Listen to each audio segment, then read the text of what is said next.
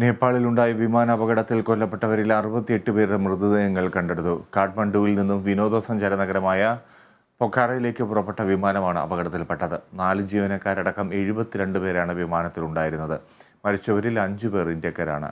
സംഭവത്തിൽ വിശദമായ അന്വേഷണം നടത്തുമെന്ന് നേപ്പാൾ സർക്കാർ അറിയിച്ചു.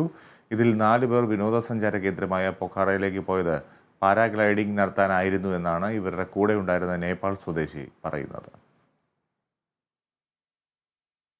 നേപ്പാളിലെ സിവിൽ ഏവിയേഷൻ അതോറിറ്റിയുടെ സുരക്ഷാ റിപ്പോർട്ട് അനുസരിച്ച് പൈലറ്റുമാർ നേരിടുന്ന ഏറ്റവും വലിയ വെല്ലുവിളി രാജ്യത്തിൻ്റെ ഭൂപ്രകൃതിയാണ്.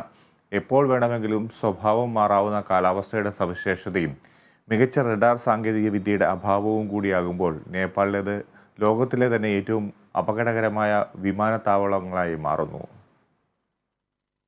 എവറസ്റ്റ് അടക്കം ലോകത്തിലെ ഏറ്റവും ഉയരമുള്ള 8 പർവ്വതങ്ങളും നേപ്പാളിലാണ്. വ്യോമഗതാഗതം ഏറ്റവും ദുഷ്കരമായ ഭൂപ്രദേശങ്ങളിലൊന്നാണ് രാജ്യത്തേത്. മോശം കാലാവസ്ഥയിൽ അപകട ഭീഷണി ഇരട്ടിയാകും. റോഡ് യാത്രാ സൗകര്യങ്ങൾ കുറവും ദുർഘടവുമായതിനാൽ വേണ്ടത്ര സുരക്ഷാ സംവിധാനങ്ങളില്ലാത്ത ചെറുവിമാനങ്ങളെ യാത്രക്കാർ ആശ്രയിക്കുന്നു. ചെറുവിമാനങ്ങൾക്ക് ഇത്തരം സാഹചര്യങ്ങളിൽ അപകട സാധ്യത കൂടുതലാണെന്നത് സ്ഥിതി വഷളാക്കുന്നു. പഴയ വിമാനങ്ങൾ ഇപ്പോഴും ഉപയോഗിക്കുന്നതാണ് മറ്റൊരു വെല്ലുവിളി.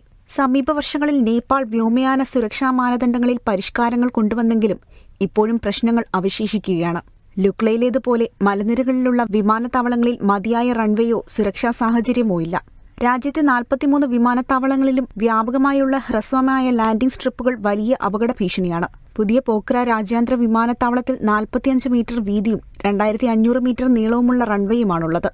1949 രാജ്യത്ത് വിമാന സർവീസ് ആരംഭിച്ചതിനു ശേഷം ചെറുതും വലുതുമായി 80ഓളം അപകടങ്ങളുണ്ടായി. 700-ലേറെ പേർ മരിച്ചു. സുരക്ഷാ അപര്യാപ്തത ചൂണ്ടിക്കാട്ടി നേപ്പാൾ വിമാന കമ്പനികൾക്ക് യൂറോപ്പിലേക്ക് സർവീസ് നടത്തുന്നതിന് യൂറോപ്യൻ യൂണിയൻ 2013 മുതൽ വിലക്ക് ഏർപ്പെടുത്തിയിട്ടുണ്ട്. ഞായറാഴ്ചയുണ്ടായത് നേപ്പാളിന്റെ ചരിത്രത്തിലെ 3ാമത്തെ ഏറ്റവും വലിയ അപകടമാണ്. അതേസമയം ആഭ്യന്തര വിമാന സർവീസിലെ ഏറ്റവും വലിയ അപകടമാണിത്.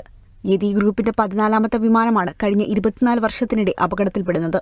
ഒരു ATR 72 വിമാനം അപകടത്തിൽപ്പെടുന്നത് രാജ്യത്ത് ആദ്യമാണ്. International desk, Kerala vision news.